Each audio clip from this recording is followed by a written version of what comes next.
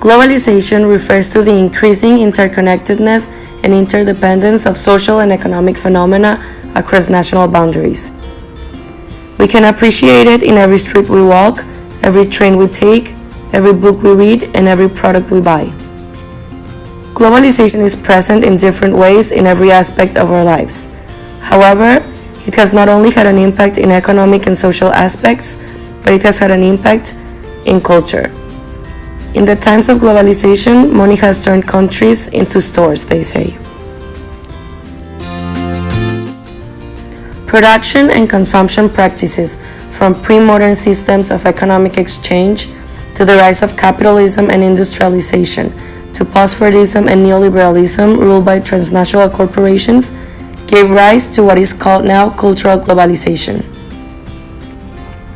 Cultural globalization refers to the cross-border flows of cultures, practices, customs, languages, symbols, artifacts, and commodities.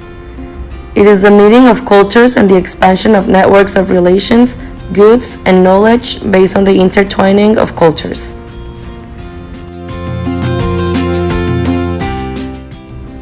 With this in mind, it can be asserted that cultural globalization has had significant effects on national cultures.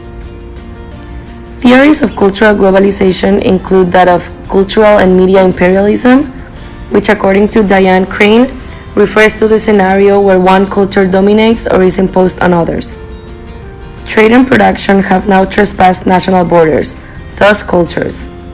I consider myself a product of globalization, given that globalization's homogenization of culture, with the help of free market and advertising, has increased my consumerist practices.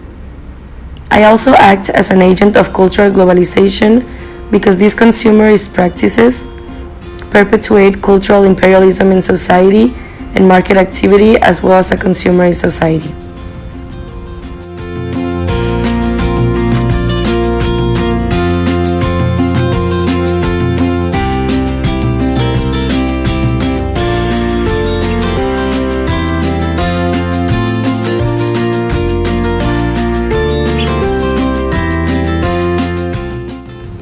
Cultural imperialism is present in my life in many ways.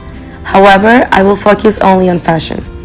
The fashion industry, usually from Western countries, has made great efforts to impose general or Western trends in society. Capitalist places' fashion trends, like those of New York, Paris, and London, have been reproduced all over the world and continue to do so at a faster pace. Globalization has highly facilitated the flow of fashion trends around the world by trade and production.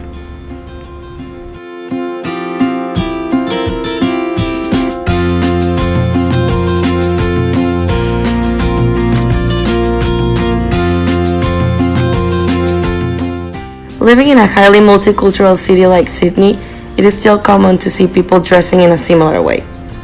Wearing similar shoes, jeans, t-shirts, sometimes even socks. I know I do.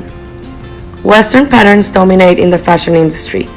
If you go to multinational stores all over the world, even though they try to accommodate their trends to a specific country, you can see they are all selling a similar style of clothing.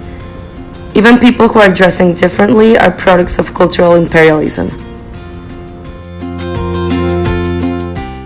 Regarding contradictory fashion trends, Bauman argues, the desires spoken of here are a longing for a sense of belonging within a group or an agglomeration, and a desire to be distinct from the masses, to acquire a sense of individuality and originality, a dream of belonging and a dream of independence, the need for social support and the demand for autonomy, a wish to be like everybody else and a pursuit of uniqueness.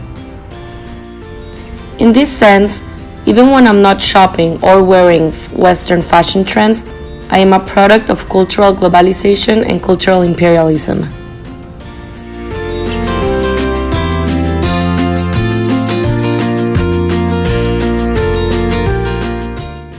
However, it is not that I decided to follow a certain style when it comes to fashion. It is only that I am a product of this cultural imperialism and globalization. According to Noam Chomsky, corporations, which are mostly responsible for cultural globalization in the fashion industry, look to maximize profits and market share.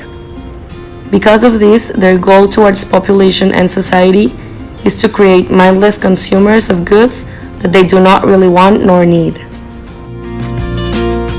Cultural imperialism theory also argues that cultural power is not all evenly distributed, but is largely held by the West. The result of these uneven cultural flows will be, according to Chamsi Eloheili and Patrick Hayden, cultural homogenization, a worldwide standardization of lifestyles, or in this case, fashion trends. The Frankfurt School of Thinking named the institutions responsible for creating this cultural production cultural industries. According to Adorno and Horkheimer, the power of these industries is most directly involved in creating social meaning through advertising and marketing. This social meaning refers to the promotion and generalization of a banal culture of consumerism that fosters false needs. This is why Adorno suggests that the cultural industry is not the art of the consumer, but rather the projection of the will of those in control onto their victims.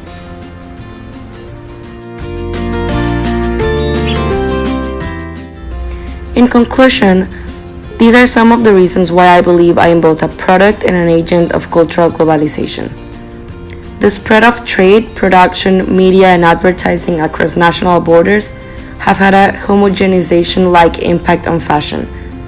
This has turned me into a passive spectator and a consumer of Western fashion, and even when I'm shopping contradictory trends, I am a product of cultural globalization.